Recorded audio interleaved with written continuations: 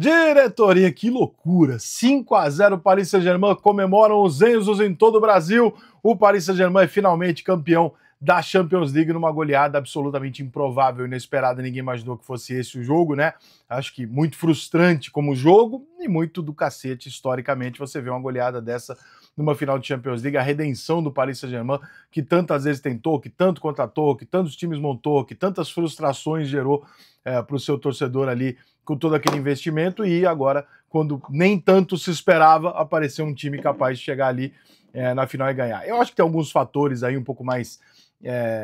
alguns detalhes importantes. Por exemplo, por que o Paris Saint-Germain jogou essa final dessa maneira, quando todo mundo imaginava, será que o Paris Saint-Germain não vai pipocar de novo? Será que o Paris Saint-Germain vai aguentar a Inter, que é um time grande, tradicional, acostumado e tal? Eu acho que um dos fatores que tirou o peso do Paris Saint-Germain é o fato dele não ser o favorito. Quando você bota ali, e vou te dar um exemplo muito prático do que por que eu acho isso. Quando você coloca ali o Paris Saint-Germain numa situação com a Inter de Milão, onde o Paris Saint-Germain não tem suas estrelas, não tem um timaço, embora tenha contratado um jogador por 70 milhões de euros do Napoli e tal, ele tem um bom time, obviamente, mas ele não tem um time cheio de celebridades que você se coloca na obrigação, né, de...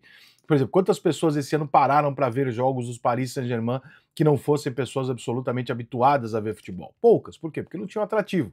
Então o Paris Saint-Germain passou meio que desapercebido até ir chegando, e aí se olha e fala, pô, o Paris Saint-Germain vai chegar por um trabalho coletivo e tal, aqui uma hora ia ganhar, chegou. Pô, mas será que a Inter não, né? Será que o Paris Saint-Germain aguenta o tranco contra a Inter?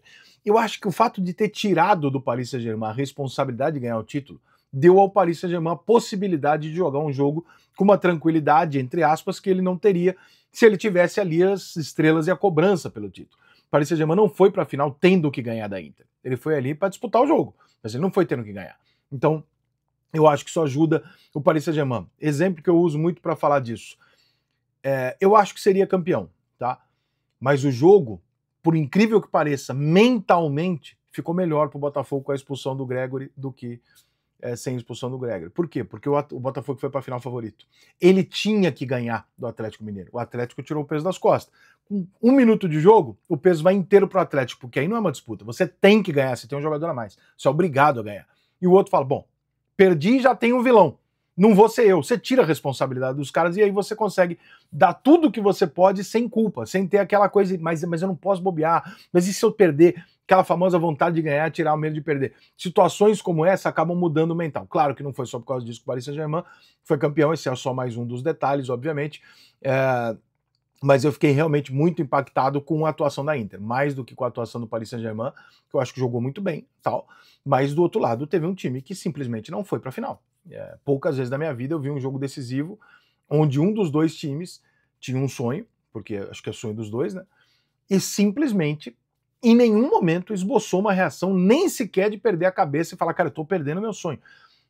Perdeu numa calma, numa tranquilidade, com uma naturalidade que não cabe a Inter de Milão perder desse jeito. Então, assim, eu fiquei muito impressionado, a impressão que eu tinha que o time da Inter de Milão comeu uma feijoada antes do jogo e foi pro jogo, porque simplesmente não reagiu, não fez falta, não combateu, não jogou, não ousou, não trocou a tática para tentar, nada. A Inter não fez nada. Ela apanhou assistindo o adversário. Se fosse a Inter de Milão, a seleção brasileira, já estavam todos os WhatsApp lotados do negócio. Como é que o Brasil vendeu a Copa do... Porque foi um negócio bizarro o que a Inter fez hoje. Então, parabéns pra cacete pro Paris Saint-Germain, fez tudo que ele tinha que fazer um pouco mais, mas a Inter realmente foi muito assustador o jeito que a Inter jogou. E o Botafogo que se cuide, porque eu acho que o Ferreirinha pra cima do Hakimi em dezembro no Mundial de Clubes, eu acho que dá pro São Paulo. Agora, o Botafogo eu não sei se consegue, não. Tá muito em cima, não sei não. Vai ficar difícil, Paris Saint-Germain.